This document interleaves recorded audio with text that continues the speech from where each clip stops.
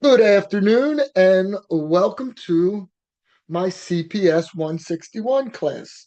You know who I am, Professor Foreigner, because you signed up. And I did email everyone last week, and hopefully you got that email. And I didn't get any questions, which is a good thing. Um, Either that you understood everything, or bad thing that you didn't bother to take a look at stuff. But I'm going to start out by jumping right into uh, share, and not there. I want to go into here. So let's start that again. I'm going to start out by jumping into our D2L site. Quite a few of you had me for 121, and you look at this site and go, hey, that looks exactly the same. And if you take me for 162, it's going to look exactly the same. Slight differences, but I'm not trying to create a course to confuse you, I'm trying to keep it nice and simple. As you can see in this very top widget, the textbook should look something like that. That's the ninth edition.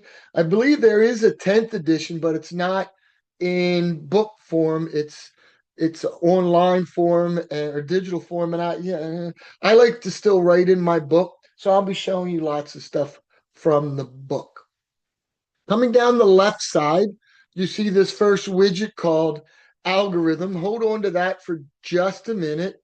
Um, and come down here to the news. I'll try to put something on every week for the news. As I heard some of you say, you've gotten some things up and running, and that's awesome. I will be doing a lot of demonstrating with bloodshed. I think it's a little cleaner to look at and to run quicker. Uh, we're going to take a look at chapter 2, the syllabus, the D2L page, which we're doing right now, talk about the IDEs, and something here at the end. Code listing 3 will be due at the start of next class. That's 12:30 next Monday. I'll show you what that is in a moment. Assignment 1 is available. You'll be able to see what that is. Um, Yada, yada, yada. So hopefully you read over all of this and you're good to go. You need a copy of the syllabus. The syllabus is right here at the bottom of that page. Give me 1 second. Okay. Over here on the right side, you figured out where to join with the Zoom link.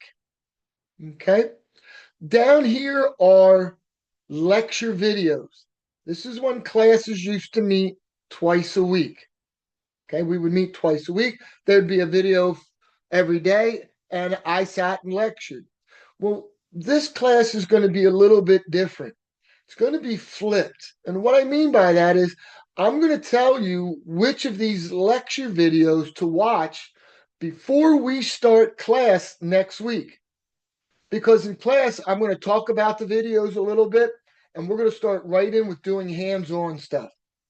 So it's going to be extended typing and group work versus what you're probably familiar with in 121. And it is shown over the last couple semesters to be more effective than you just sitting there watching me. You can watch the videos at your leisure. You can start and stop. You can fast forward. You can go back. Lots of good things over versus having the lecture. The negative is you don't get to ask a question immediately. So for next week, we're going to be watching the video for, well, there is no video for chapter 3, and I'll explain what's going on. Now, up here, I will be putting in our recordings like I did in the fall. So I'm going to change this to spring 2026, and the video for today I will put up here. Some chapters we don't have videos for. I'm going to leave this one in because it's going to explain what I need you to do for chapter 3. Small problem is we don't meet next Monday. The problem becomes we can't afford to miss the week. You still have Tuesday, Wednesday, Thursday, Friday classes. So I'm going to explain to you before the end what I'm going to have you do for next week. All right, office hours, you can click there. Are there any questions on any of these called widgets? Like I said, I'm going to come back to this widget in a couple of minutes. Okay, before I go any farther, I'm going to stop. Now I'm going to share. I'm going to share right here. Boom, the syllabus. Send it to you. Said if there's any questions, let me know. Those of you that I had in 121 say, yep, it looks just like the 121 one. Where's my office? Well, it's here on my online. I should change that to my house. Virtual campus, right? That's what we're through. You got my email address. Spring 2026. We meet Mondays at 12:30. Office hours. Here's what I'm going to have available. You're going to be able to use that widget you just saw in D2L if you want. Remote learning. I don't know why that says spring 2025. Our remote learning is also blended. We are remote in that we're online. We're blended that we have one day of meeting and one day, technically the second day, which is Wednesday, is online. Okay. So you're going to be watching those videos, in lieu of us meeting on Wednesday. I like your webcams on. I like to get to know you. You don't have to have it on like for this part because I'm recording. But when you get in your groups, I strongly recommend you turn it on. Because in groups, I want to make sure when we're in these breakout rooms, one, we don't have dictators who are bullies and just like, this is how we're going to do it, blah, blah, blah. And one, we don't have freeloaders who just sit back and they're working on their term paper and something else and they're not contributing. That's no fun. So, course description, boom, textbook, you saw it on the D2L site. Gave you all that information a week early to get you up and started. Learning outcomes, that's what we're going to be doing in this course. It is your first course in C++. We will be drawing some parallels to the Java course you just took. So that's why you see both listed. Down below, code listings. If you had me for 121, you know what a code listing is. If you didn't, I'm going to show you right now what the code listings are. Stop. In the name of love. Stop. I don't want my video off. I want my video to go to here. I want to be speaker and I want it to be me. So in your textbook, if you remember back to Java, you had these blocks of code. They weren't called program, they were called code listing. For me, before the start of your next class, I'm going to have a code listing assignment of which ones of these programs, again, I call them code listings because that's what they were in Java. Which one of these I want you to type up and upload. So code listing is what now in this book is called programs. You have to type them up and get them to run. And then you're going to upload them. Those of you who had me know the benefits of doing these. Did Layman make you do these code listings? That's a no. Did Pragle make you do these? Anybody have Pragle? Okay. Let's go back to where I was a minute ago. Okay, so that's these code listings. I'm going to tell you a little bit more about them shortly. Tests.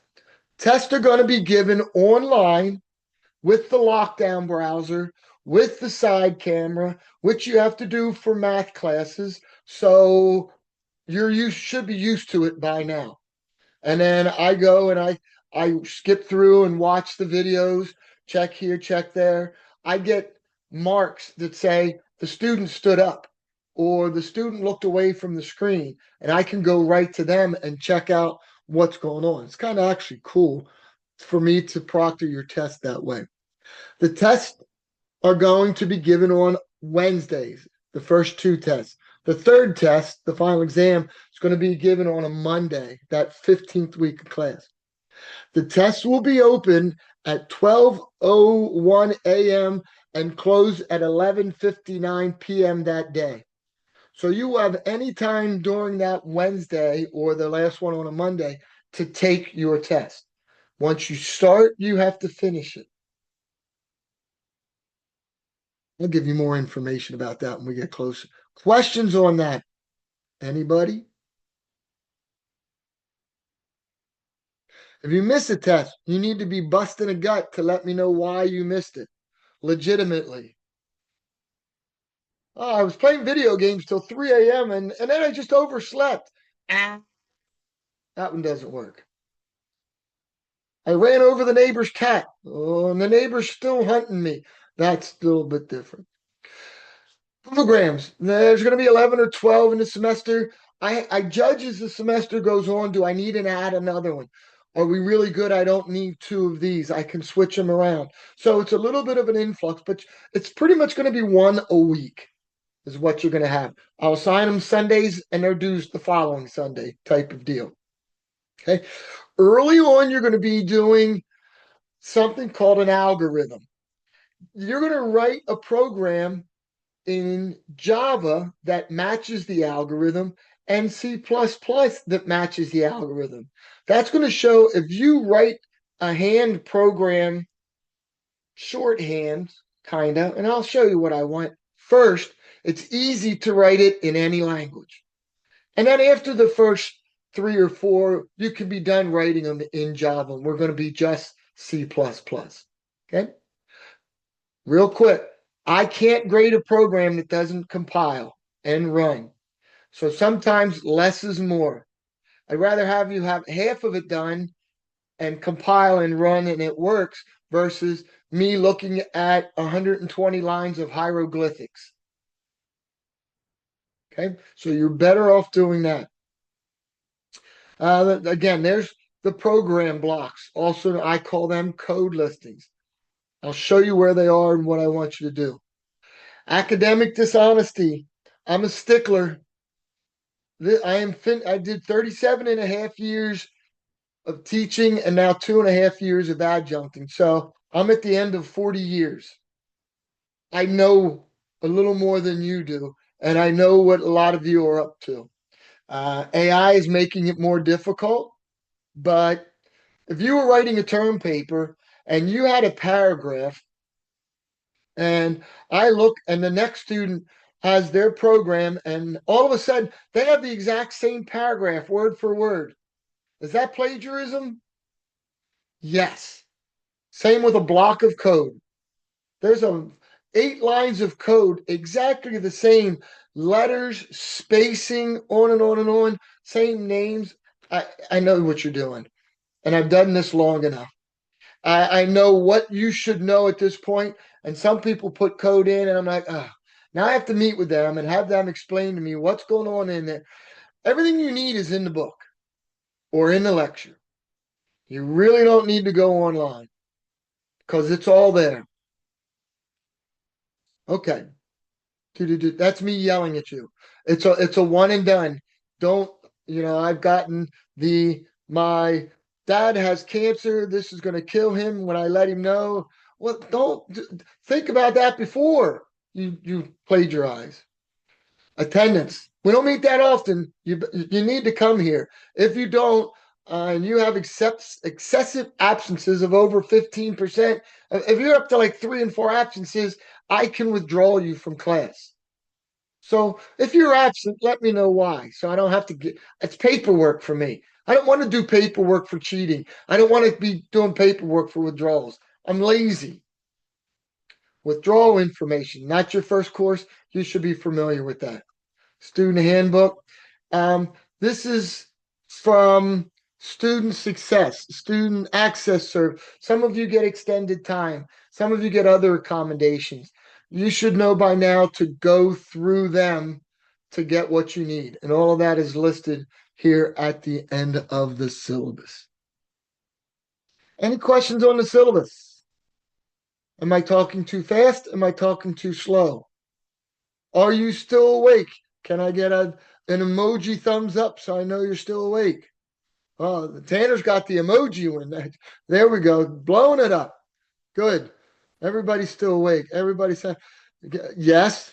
As long as I get a .cpp file, somebody sent a message to me. As long as I get a .cpp file and I can run it in either JGrass or um, VS Code. Somebody asked, are we given a practice test for camera positions?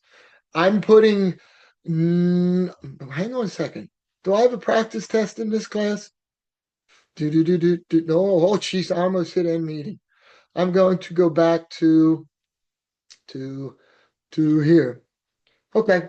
So that question about the practice test, if I come up under quizzes, you will see we do not have a practice test. The reason is I'm assuming by now you've done it already with another comp sci course or a math course, and everybody has a pretty good idea of what's going on. If you don't, let me know. Okay. If you don't, let me know. Here are the three tests. Wednesday, February 18th. You notice it opens at 12:01 a.m. and closes. That doesn't mean get on at 11:45 and think it's going to runneth over. It's not going to runneth over. Here's Wednesday, March 25th.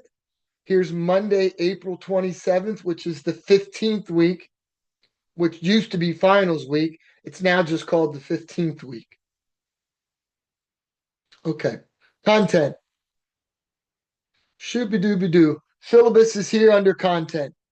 PowerPoints. For your textbook, I know some people like to look at PowerPoints before class. It's a short way. Instead of reading, you can look at the PowerPoints. Before a test, all of those things are here for you to use.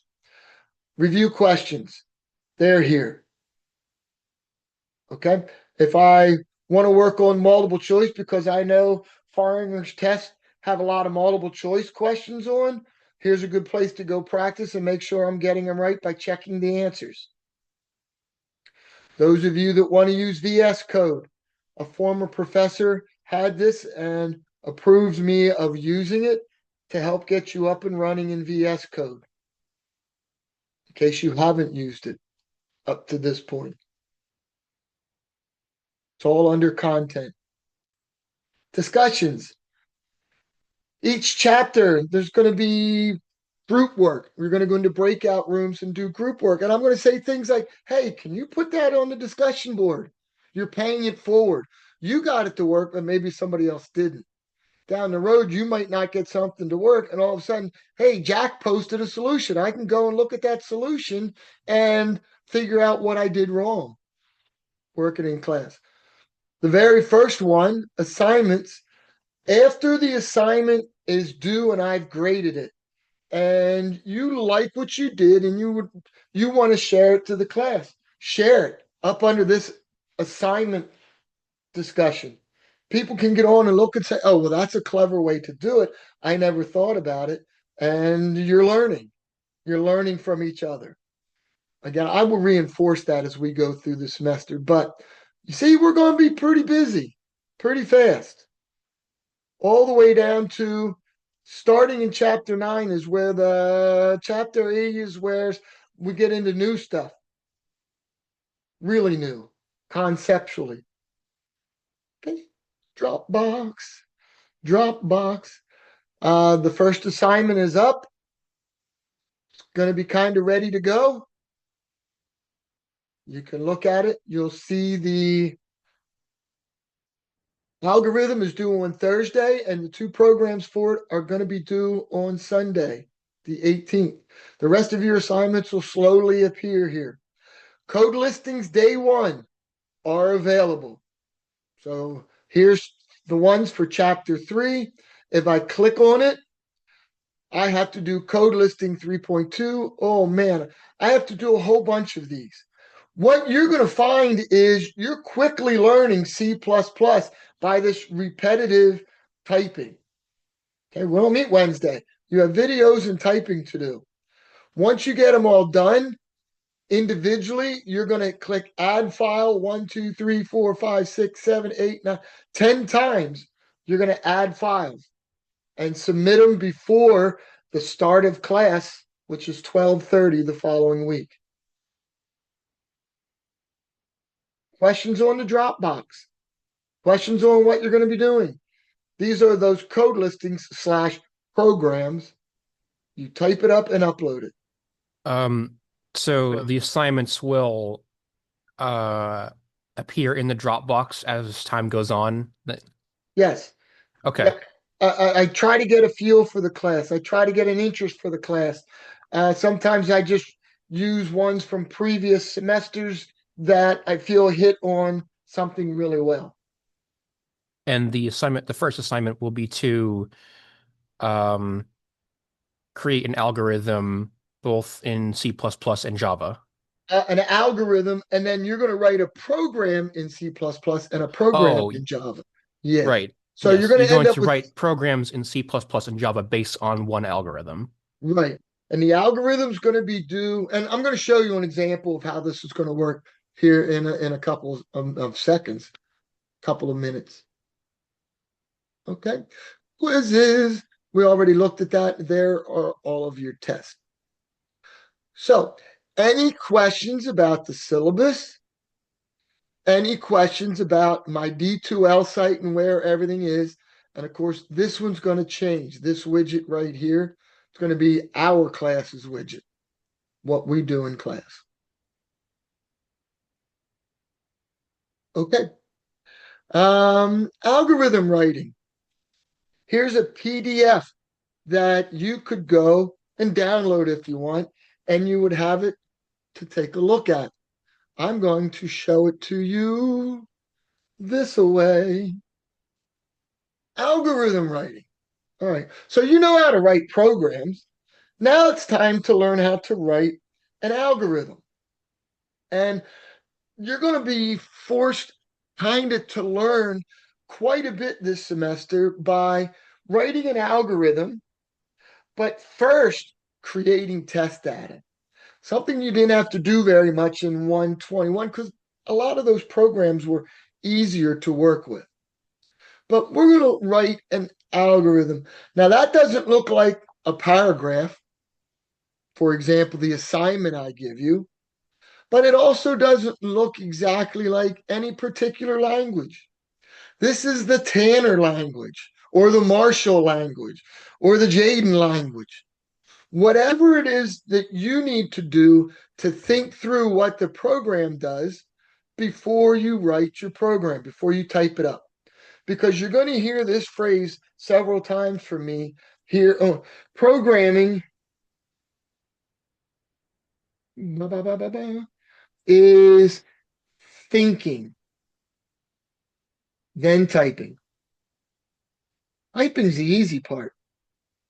That UML chart you got in when you were working on classes in chapter 6. That was kind of thinking ahead of time.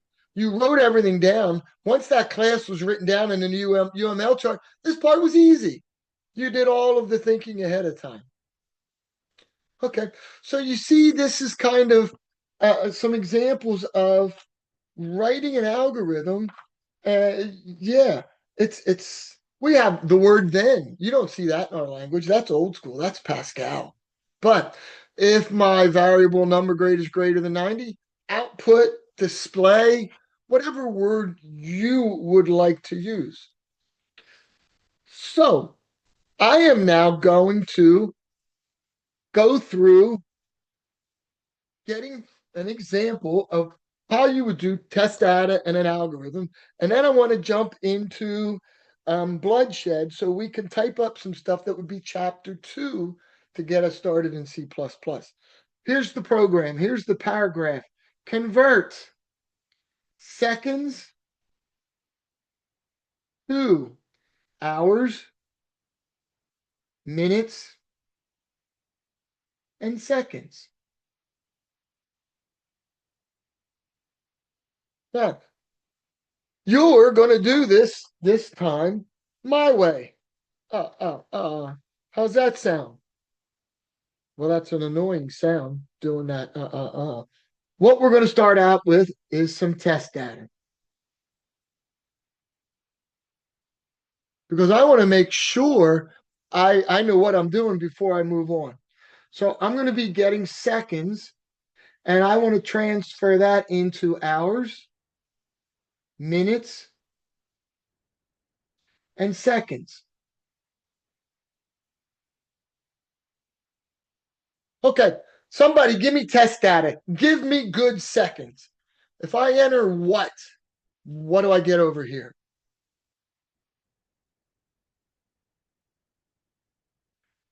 Whoa, 7,200. Hold on to that one for a minute there, Zach. Let's go easy. Let's go zero. What should my output be for all of these? Zero. Zero, zero, zero. How about 1 second? What should my output be? All right, yeah, I kind of got the gist there. What might be my next number to test? So I'm working my way up. 60. Excellent. That should be 0 hours, 1 minute, 1 second. I might follow that up with 61. Zero. Oh, excuse me. This is zero. Excuse me. One and one. Now I'm starting to think. How did I get one and one? Okay. How did I get one and one? Because as I do my test data, I'm hoping to come up with, so if my seconds equals 61, minutes is going to equal, how would I get minutes? And then how do I get the rest of the seconds? How would I get minutes? There's 60 seconds in a minute. Yeah, but so part of the algorithm writing is figuring out the math behind it. Okay. So I need this to end up being one when seconds is 61. Okay. So I see dividing seconds by 60. So if I do this, divide, I'm going to say seconds and divide it by 60.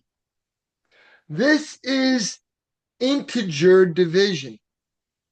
Remember integer division? Yeah. If I said 15/4, what does that give me?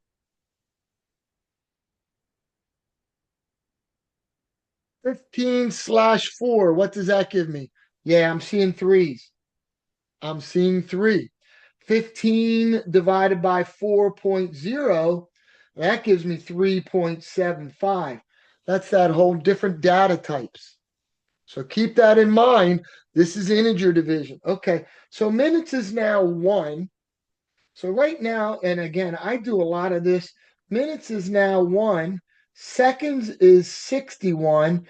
I need to get that seconds to be one. How do I do it?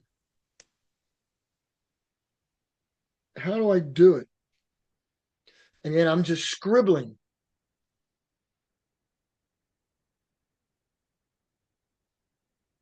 What will be the number of seconds left? I know it's going to be one. How do I go ahead? Seconds mod 60. So if I take seconds and I mod it with 60, I get a remainder. That remainder is one. Okay. All right. All right. So I'm starting to build the idea of what's going on. My next piece of test data might be 7,200. Oh, 7,200 is what? It kicked me. Oh, you're okay, Jaden. 7,200 is what? Still doing a lot of work ahead of time. So 60 seconds is 1 minute. 60 seconds is 1 minute. I just jumped the trig for a minute. Zach says 12 hours. So is this 12 hours, zero and zero? So I'm over here again. 60 seconds equals 1 minute. 60 minutes equals 1 hour. How many seconds equals 1 hour? Oops. This is one of those where, yeah, 3,600. Yeah, right, Kaylee. Kaylee, is that a plumeria leaf?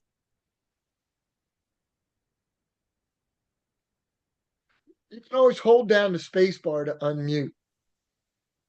And the answer would be yes, that is. I love it.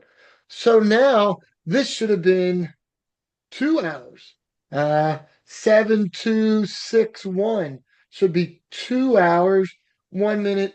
So when I get done typing the program, I'm going to enter 7261 right away to make sure it's 2 1 and 1.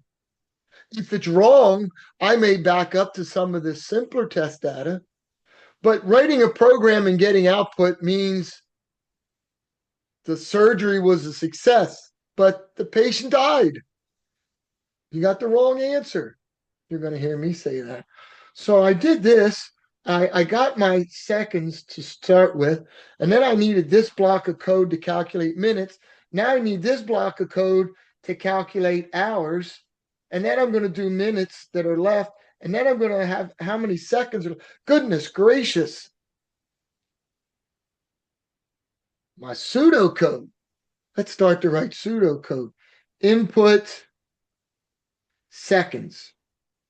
Minutes equals seconds divided by 60. Seconds now becomes seconds mod 60. Okay, well, that's all right, but I may have to take care of what before I start this? I might have to figure out the number of hours first, then figure out the number of minutes, then figure out. So I may have something that looks like, oh no, let's do something like this. Input seconds. Again, this is my language. Calc hours. Calc minutes. I can do anything I want here. Calc seconds. Output hours, minutes, seconds. The hours is going to be seconds, hours equals seconds. Let's steal what we thought about already. Seconds, integer division 3600. Is that going to give me the number of hours? Then I'm going to have to figure out how many seconds are left before I move on to minutes. Can I get away with that hours mod 3600 again? What would be the remainder? I think so. I think so.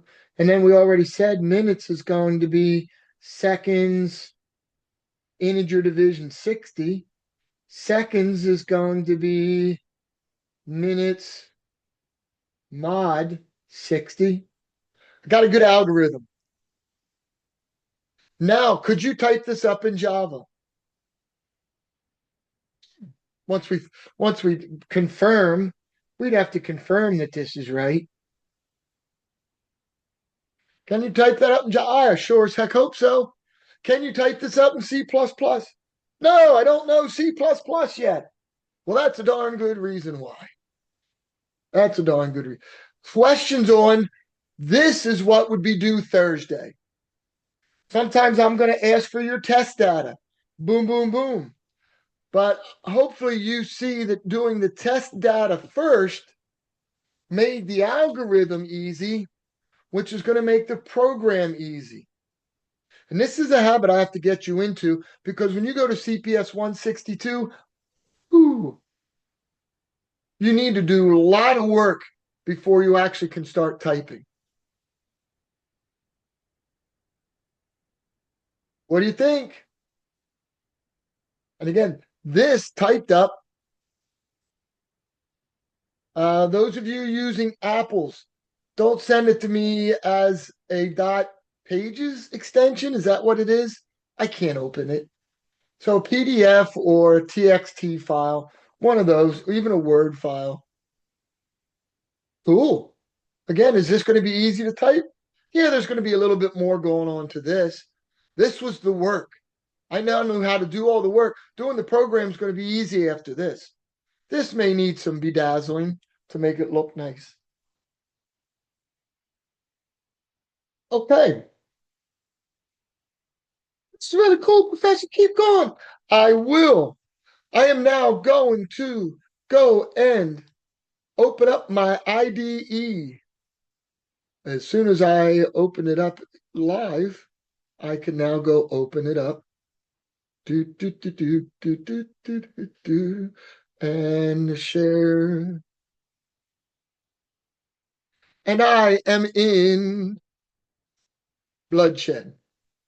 And I am going to type up my first C++ program. And this C++ program is learning syntax. Everything else you should already know from Java conceptually. So let's learn some syntax. File, new, source file. Yay, I'm getting ready. I'm going to start typing slash, slash, slash, slash. This is my chapter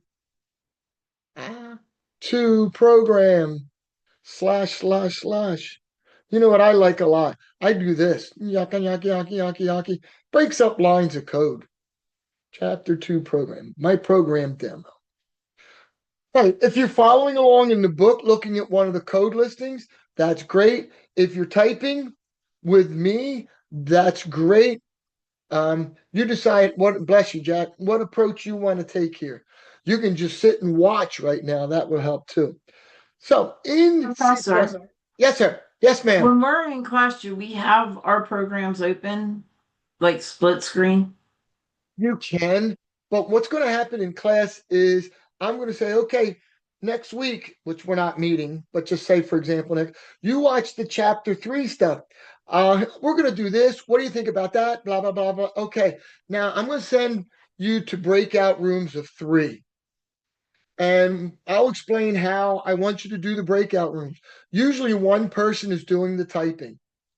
One person will have their book open and looking at those blocks of code that are in the book to help. Everything you need again is in the book or in the lectures. One person might be doing a lot of talking and thinking. So each person won't necessarily have it open, but one out of every group will. Today is just kind of a unique day. You know how you catch a unique animal, unique up on it. Can I get a big eye roll, Lisa? That a girl, that a girl. Okay, in C++, you need to start out with these things called preprocessor directives. And this guy is going to be in everything that you do. This pound include IO stream. Pound include IO stream, followed by using namespace std. In Java, when you first started programming, there were things in there that you had no idea what they were. And it's just wait, you need to put them in. Down the road, you're going to learn what they are. And we're going to put in a lot of those line 6 preprocessor directives. So you're going to get used to that. All right. Shooby dooby doo, int, or int, main, Shaka Khan. It looks something like this, a little different than Java, but see what we got. Let's start with my left brace, and it automatically gives me a right brace. And this is one of those things. It's like as I move on, and I'm starting each program typing the same thing over and over and over, I might want to save something like call it a template and load that up to start every time and then just rename it.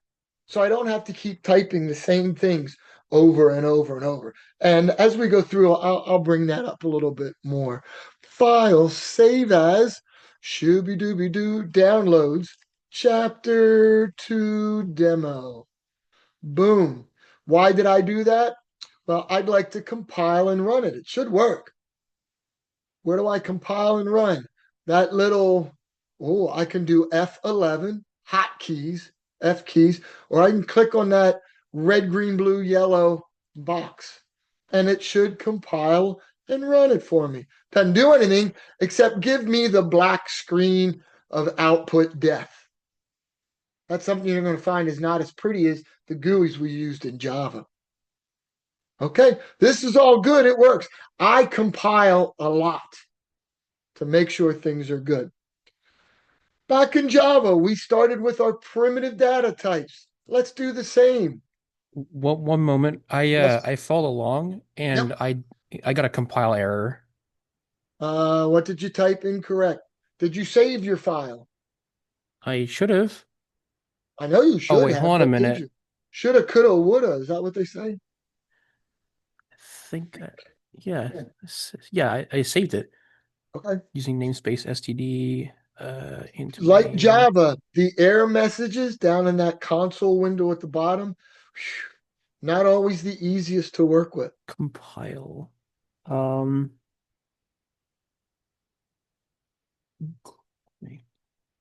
I have no idea what they mean. Okay. Uh the little brackets are not red for me. Is that a problem? Are you using Visual Studio or you're I'm using using Bloodshed? bloodshed. Yeah, I don't know why they're not red. Weird.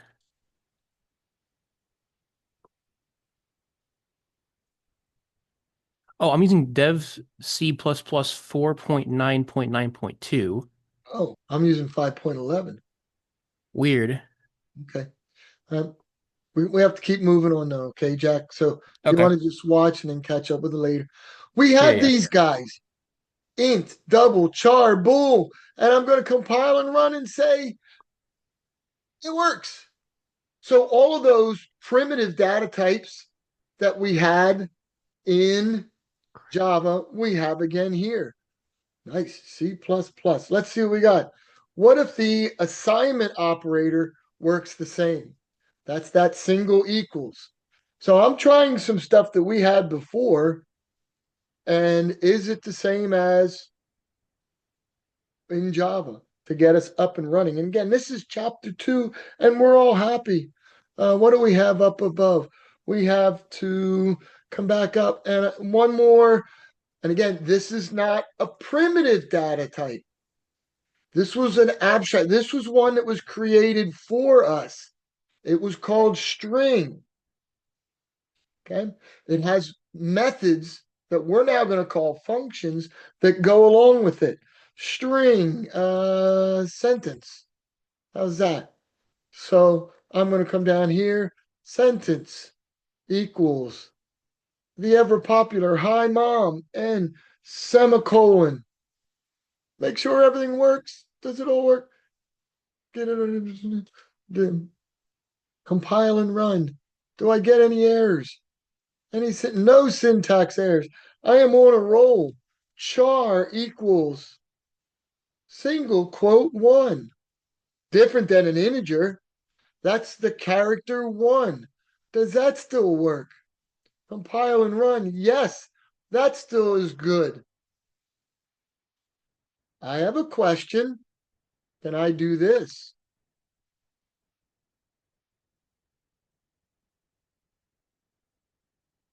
Can I do that?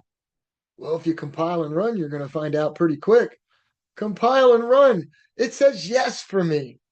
It lets me compile and run it.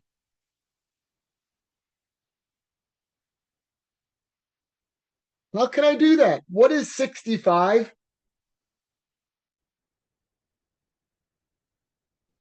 65 is ASCII. It's the ASCII number for something on the ASCII chart. So you'd go to the ASCII chart and you look at 65 to see what character it is.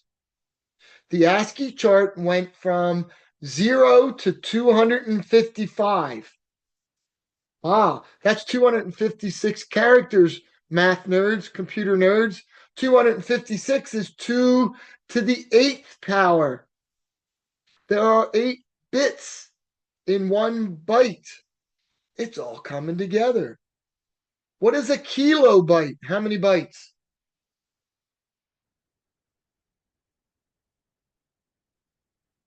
Kilobyte is how many bytes? It is not 1,000. It's Not 1024. It is 1,024. It is 2 to the 10th power. Kilo is 1,000. Kilobyte is 1,024. Things I think you should know as computer science person. Okay, all of this is good. Now, what do we learn next? Well, we learn something that looks like this. We're going to see out.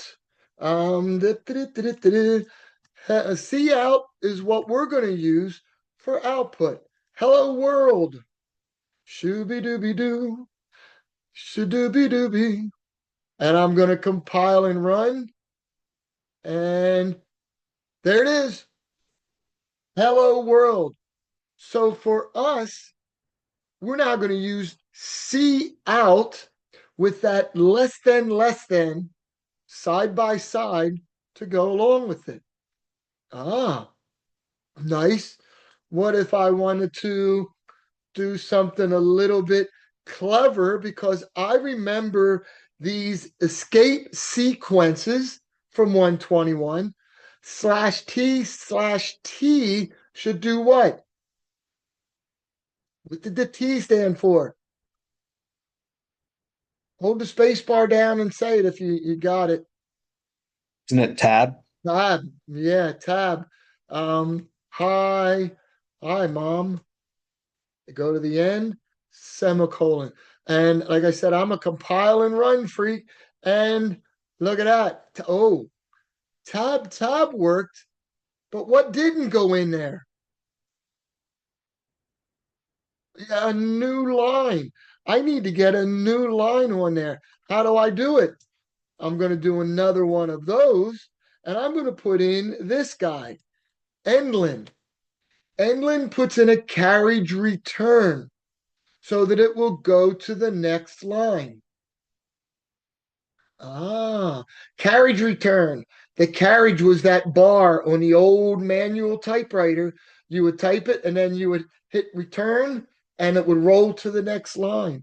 So if I wanted to spruce my output up a little bit, because I know that black screen of death, see out that. How about an endlin? How about another one of those? An endlin. How about another one? And then another endlin. Okay. And I'm going to come down and I'm going to go into here and I'm going to go /T/T. Oh, they're Y's. They're not T's. And yeah, I'm going to do this. I'm going to put some endlins here. Now, when I compile and run it, it's not going to be, yeah, it's still that black screen of death, but you notice it sticks out a little more. Just by putting some blank lines in and some tabs, it's a little bit more user friendly. Okay, so far so good. What about this? If I come up and I'm going to add a new line, see out, excuse me, double quote, let's tab it over, /T/T, I have this much money. Ooh, and I'm going to put that $ in there. Yeah, there it is. Now I'm going to do my two less than signs, and I'm going to put $, my variable in there, just like we did in Java. Compile me, compile me. I will. And looks pretty. Oh, I need to get it on its own line. I have this much money. Check this out, Funk Soul Brothers. Before my two /T's, there was another escape sequence character. We really only used two, and it was for a little bit in Java, but we need to use them a lot more here. That was the /N. /N was a carriage return. Everything you see on here is in chapter 2 in your book. Okay, everything is in chapter 2. So if that /N works the same as that ENDL. All right. Tell us more. Tell us more. Okay. Da, da, da. The next thing I think that comes up, and I'm going to make some notes, is the algebraic operators. Operators. We know the assignment operator. I'm going to put that in real quick. The assignment operator is just the equal sign. The algebraic operators, we had plus, oh, that's not it. Plus, we had minus, we had multiply, we had divide, be it integer division or mixed type, integer to doubles and all of that. We had modulus. I'm thinking it's still going to be the same, but we had the algebraic operators. We had the assignment operators. Let's play. See out. Can I? Oh, so up above, I put in string literals. Hello world is called a string literal. I put in variables. I put in dollar. Now I'm going to put in calculations. The third thing that we can do from output. So if I said, go to see out 40 times 2 slash 3 mod 8. Oh, I may say to you, can you figure that out before we hit return? What's the answer to that going to be?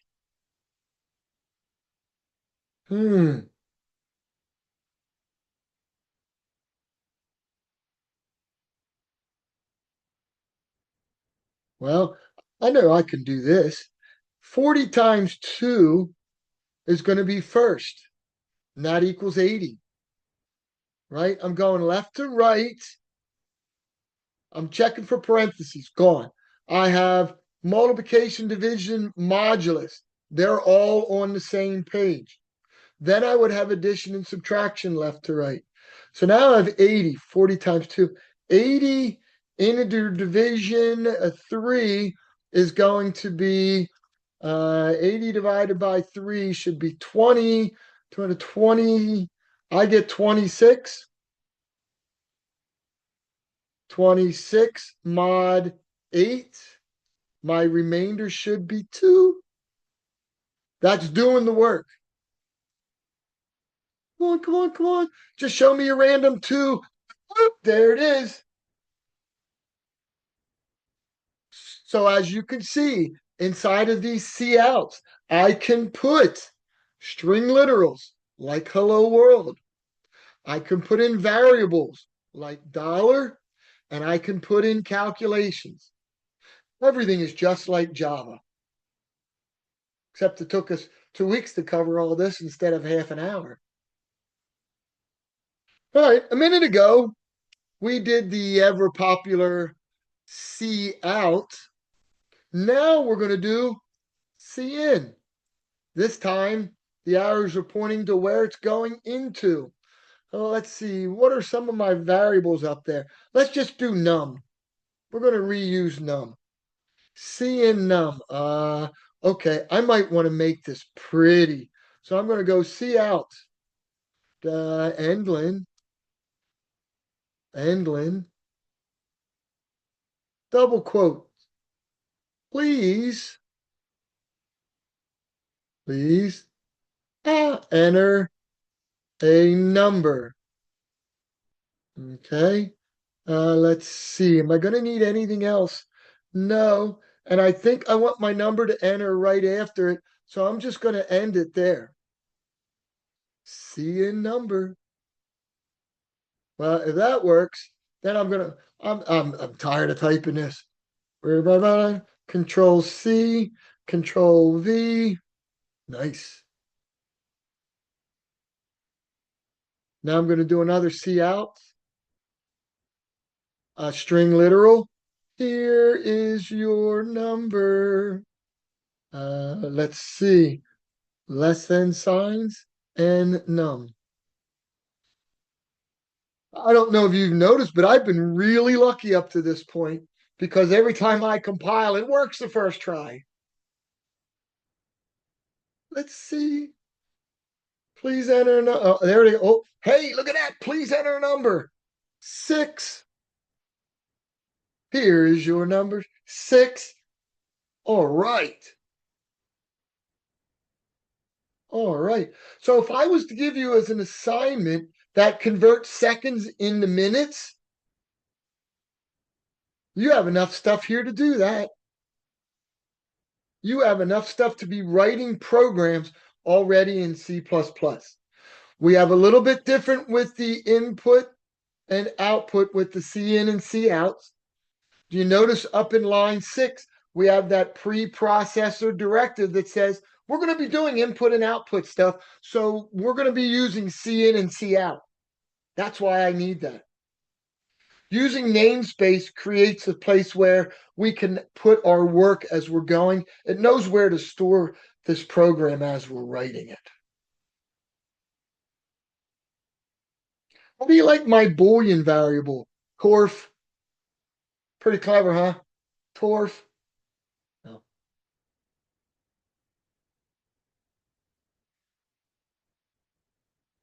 What do you think? I will save this. Where's that disk? I don't know. File. Save as. I already saved it. Save. Well, yeah, I want to replace it. I will now take us back in time to here. I want to go and say, okay, he says we have enough stuff that we should be able to do assignment 1. I'm going to download this. My file is compiling, but it says, but when I try to run it, it's giving me a warning saying source file not compiling or source file not compiled. What's going on? Yeah, you did you update your which C++ you're using? No, I didn't. I Okay. don't know. I'll do that first, actually. Yeah. Let me just save this. Okay. So I'm now gonna come back and I'm gonna come back to Zoom. I was doing something else and I'm gonna share. Here's assignment 1. Yada yada yada. Write a program that will convert Fahrenheit temperature to Celsius. Easy. Easy. Easy 24. We don't have that many points. Don't be skipping it. Internal documentation. That's inside of it, inside your program. Put your name up in the beginning, my name, the date, whatever. What do we do? We're doing a simple conversion. This is going to be an easy. I mean, I shouldn't give you the formula, but I would also write this out programming style, not freehand style, because there's missing a time sign and do we need parentheses and so forth and so forth. But you're going to come up with some test data. Here we go. Down here, a copy of your algorithm. FIST. I need to update. That's going to say algorithm and test data. That's going to be due Thursday. Okay. Then your 2 programs are going to be worth 7 each. They're going to be due before Monday. For your programs, put your initials in the beginning of the name of it. Like you might call this LW Temp Con for temperature conversion. But put your initials in front of it for me for the Java one and the C++ one. Here's a little bit of test data. I'd like you to have a little bit more. Okay, so I'm going to be updating this and saying submit an I'm going to, is it going to let me submit an electronic copy of your algorithm and test data first. I don't need first, you know that. In test, somebody didn't tell me I typed that wrong. In the D2L drop before 11:59 p.m. Thursday. Then submit the 2 before the deadline.